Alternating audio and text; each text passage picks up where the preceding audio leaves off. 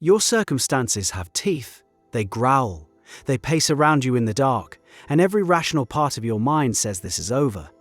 That feeling, the one where the evidence against you is so overwhelming that hope feels delusional, is exactly where the story of Daniel begins. And by the end of this, you'll understand why the lions were never the point. Daniel was a man living in exile, taken from his homeland as a young man, brought to Babylon, surrounded by a culture that worshipped different gods, operated by different rules, and demanded total conformity. He rose through the ranks anyway, became one of the most trusted advisors in the empire, and the people around him hated it. They watched this foreigner, this captive, this man who prayed 3 times a day to a god they didn't recognize, and they couldn't stand that he kept winning. So they engineered his destruction. They knew Daniel's habits. They knew he prayed with his windows open, facing Jerusalem every single day. So they convinced King Darius to sign a decree. For 30 days, anyone who prays to any god or man other than the king will be thrown into the den of lions. The trap was surgical. It targeted one man, and Daniel knew it. Here's what he did next. He went home, opened his windows, the same windows, facing the same direction, knelt down and prayed, exactly as he always had. The text says he prayed and gave thanks. While the decree was signed, the trap was set, and the lions were waiting. This is where most people misread the story.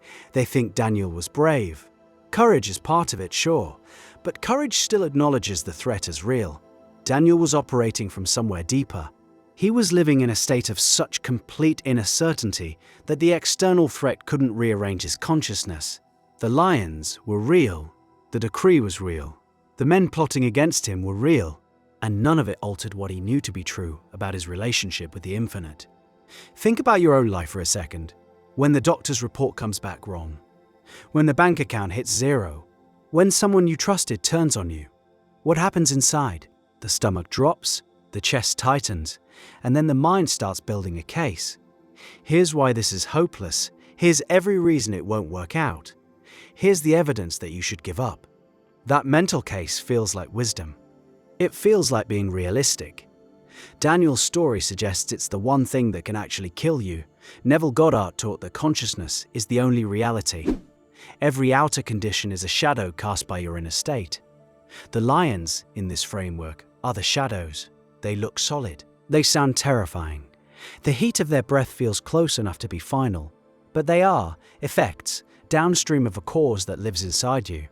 Daniel understood this so deeply that he could kneel in prayer and give thanks while the machinery of his execution was already in motion. Giving thanks is the detail that unlocks everything. Gratitude in the face of destruction is the signature of someone who has already accepted a different outcome internally. Daniel wasn't bargaining. He wasn't begging for rescue. He was residing in the end, the state where his deliverance was already accomplished. The prayer of thanks is the prayer of someone who sees past the lions to the morning after. You've experienced a version of this, even if you didn't frame it spiritually. There's been a moment in your life where something terrible was unfolding, and a strange calm settled over you. Where instead of panic, you felt a quiet knowing. Maybe you couldn't explain it. Maybe you told yourself you were in shock. But that calm, that was the state Daniel lived in. The difference is, he chose it deliberately, sustained it consciously, and refused to let the roaring drown it out. The men who plotted against him watched through the windows. They saw him praying. They reported him to Darius immediately, and Darius, who genuinely liked Daniel, was trapped by his own decree. The king spent the entire night fasting, unable to sleep, pacing his chambers.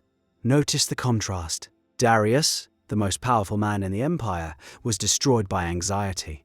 Daniel, the condemned prisoner in a pit of predators, was at peace. The one with all the worldly power was tormented. The one with none of it was still. Power over circumstances means nothing if your inner world is in chaos. Authority over kingdoms means nothing if fear has authority over you. Darius had the throne. Daniel had the state, and the state won. When morning came, Darius rushed to the den. The text says he called out in an anguished voice. He was terrified of what he'd find. And Daniel answered, alive, untouched, calm. He said his God had sent an angel to shut the mouths of the lions.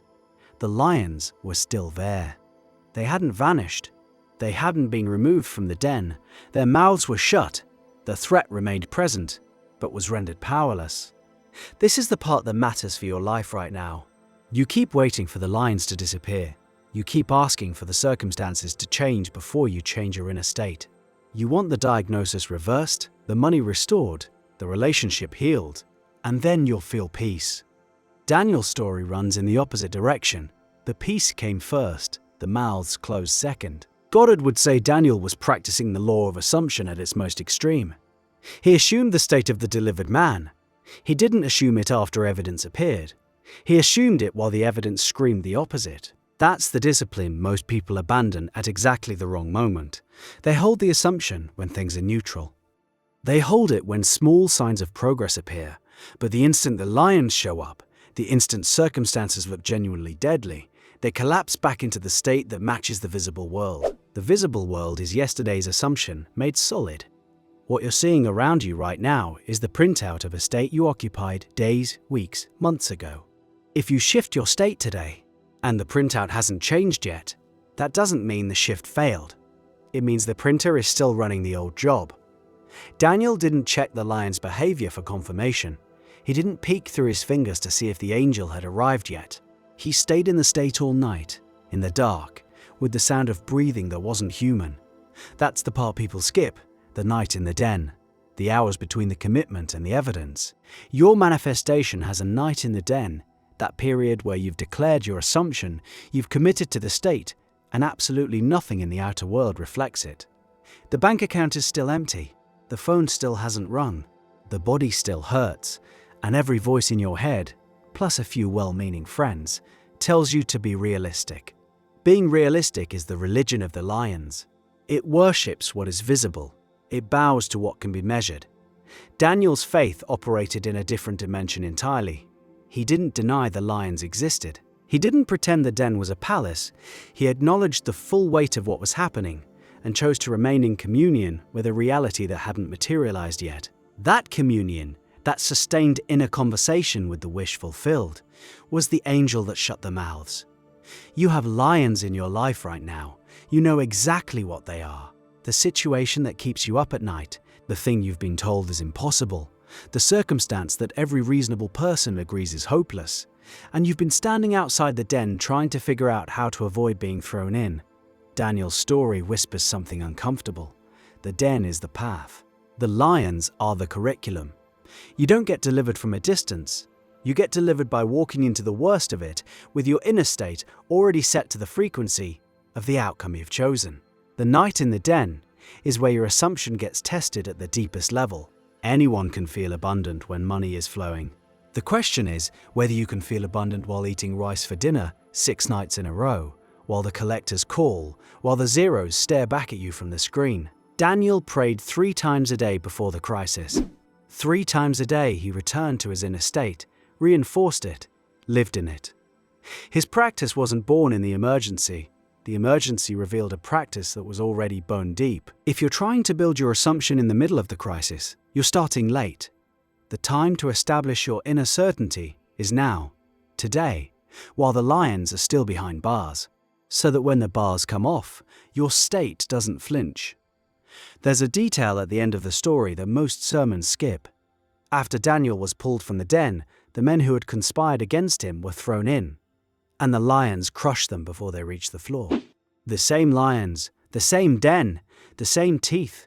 What changed was the consciousness of the person inside. The lions responded to the state of the individual. They were mirrors, reflecting back whatever frequency entered the den. Your circumstances are mirrors, every single one of them. The diagnosis mirrors a state.